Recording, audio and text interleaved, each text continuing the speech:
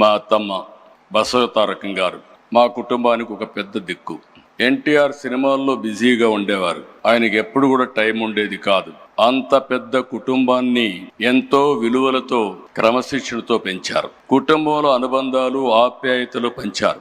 అందరినీ ఎంతో ప్రేమగా కేరింగ్గా చూసుకునేవారు. నా ఉద్దేశంలో చాలా మంది చూశాను కానీ అవి ఒక మానవతావాది. అలాంటి ఆవిడికి మీరు ఒకసారి చూస్తే క్యాన్సర్ రావడం చాలా బాధ కలిగింది మాకందరికి. క్యాన్సర్ వచ్చినప్పుడు పెద్ద హాస్పిటల్స్ కూడా లేవు. ఆవిడ సఫరింగ్ కూడా చూసాం.